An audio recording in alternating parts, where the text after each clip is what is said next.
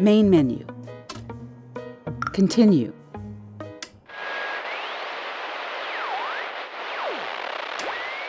Chapter 2. April 14th. The chief has given me my first assignment. I'm to interview Samuel Silverglands about the renovation and development of the Duke Silverglands Club. A lot of members are big shots, my boss among them. I'm not sure how I feel about this, but I'm going to make the best story I can. I'm already on thin ice after that incident in the newsroom. Sadly, I didn't have time to do much research, but apparently Samuel Silverglands' father passed away about a month ago.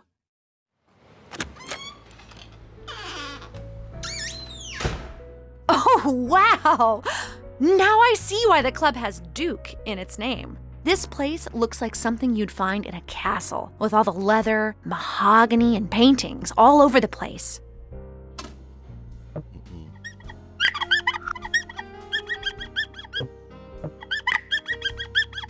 The club's bartender. Hello, I'm Patricia from Radio IDUN. Do you mind if I ask you a few questions? I suppose that's all right. I'm not too busy at the moment. My name's Victor. Samuel. I'm supposed to interview Samuel, but I can't seem to find him. Do you know where he is? He might turn up soon. There's a lot of work to do before the grand opening.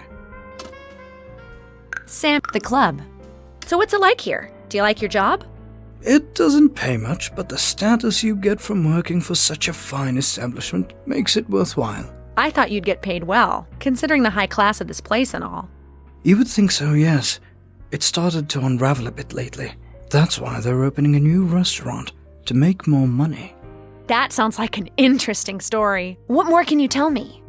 I've said too much already.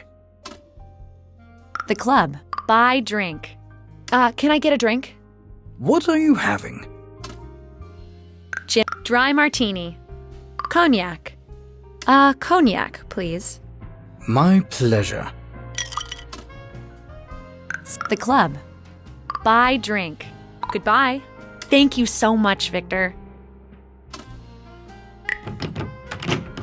The door to the lounge. A lounge with books, a pool table, and expensive armchairs to relax in.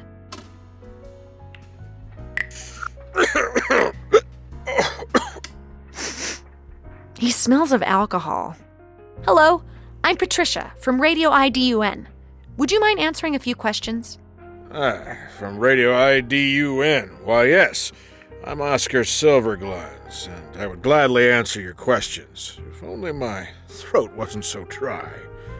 Oscar Silverglands. Are you related to Samuel? Sadly, he is my brother. Give drink. A fine cognac with such aromatic complexities.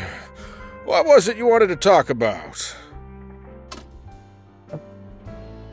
Samuel. The club. What do you think about the club? Samuel started to renovate the place, and it's turned out rather nice, even if he doesn't listen to my suggestions. He doesn't listen to you? I am part owner, after all. All three of us are, you know. But Samuel has ruled with an iron fist ever since he inherited most of our father's fortune. Didn't you receive an equal share? No. Father handed most of it over to Samuel. Now Sylvia and I have to live on what our dear brother provides. Samuel. I'm looking for your brother Samuel. Do you know where he is? Who did you say you were again? Patricia, from Radio IDUN. I'm here to interview him. Oh, right. Yeah. He mentioned something about that. Rather, he bragged about how he was going to be on the radio. I can't find him. Do you know where he is?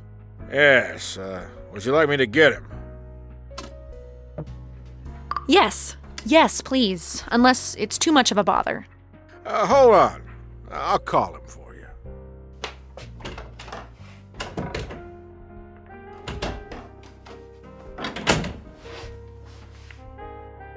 He'll be at the bar in a minute. If you don't get any good answers from that wretch, you could always ask him about our father's foundation. Thank you. The club. Goodbye. Thank you very much. The door to the bar.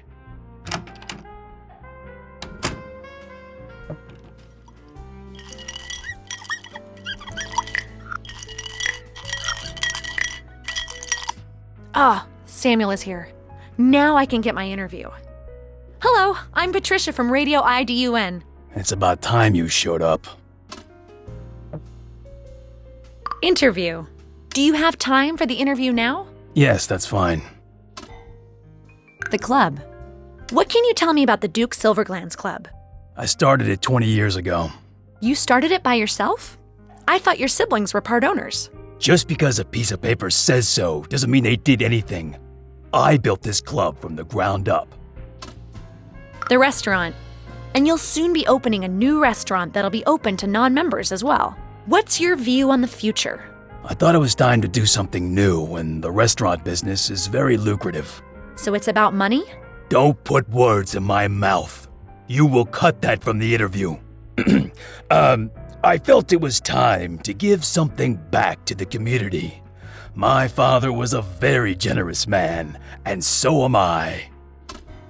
The club. The restaurant. The family. I talked to your brother earlier. Don't listen to a word he says.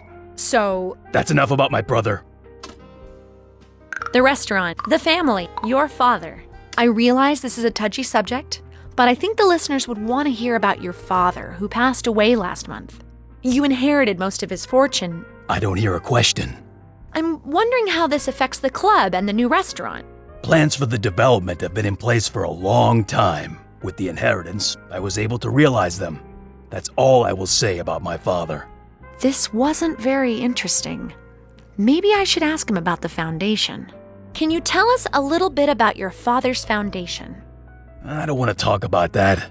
It'll be a better story, and it's something I think our listeners will want to hear about. I don't think so. Trust me, it'll be great.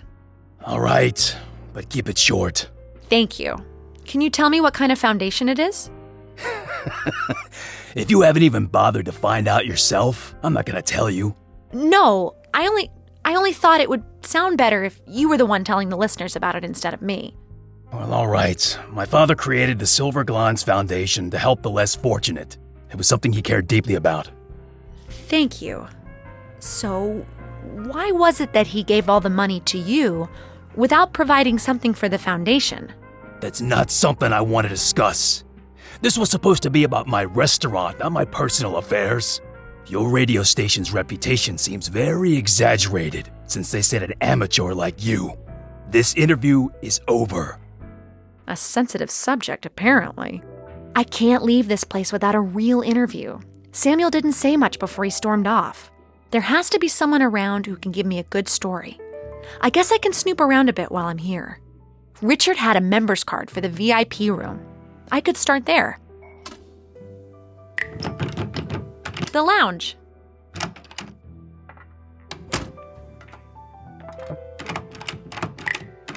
The door to the kitchen. A reporter has to be willing to go where she is not welcome. A restaurant kitchen. I didn't know there were so many different kinds of pots and pans. Oh, there's an elevator as well. I wonder where it leads. A rather large chef. Hi, I'm Patricia. Do you have a moment? A moment. We'll have to talk while I'm working. The VIP room. The club. What do you think about the club? Yeah, it's really stressful. I don't understand how Mr. Silverglands expects me to cook for all the guests in the new restaurant, too. There's no way I can manage it by myself. The VIP room. Can you help me get into the VIP room? Why would I do that? Can't you see I've got my hands full? I'm from radio. Quiet. I'm getting an order. Give me a sirloin steak with red wine sauce. I haven't got time to listen to the radio. I've got to get those orders ready for the VIP room. The waiter is ill today, and it's going to take me half the day to carry the food up all those stairs. There's an elevator over there. Can't you use that? You don't think I know about the elevator? Yes, it goes up to the VIP room, but the engine is busted. According to Mr. Silverglans, an engineer is on the way. He's been saying that for the last 3 weeks. The club. Goodbye. Thank you very much. Stairs to a basement. Maybe a food cellar? A dark basement. What are you doing here, Patricia? This must be the elevator engine the chef mentioned. Maybe I should try to fix it. Yes. All right. Let's see. I'll try the on button, and we'll see what happens.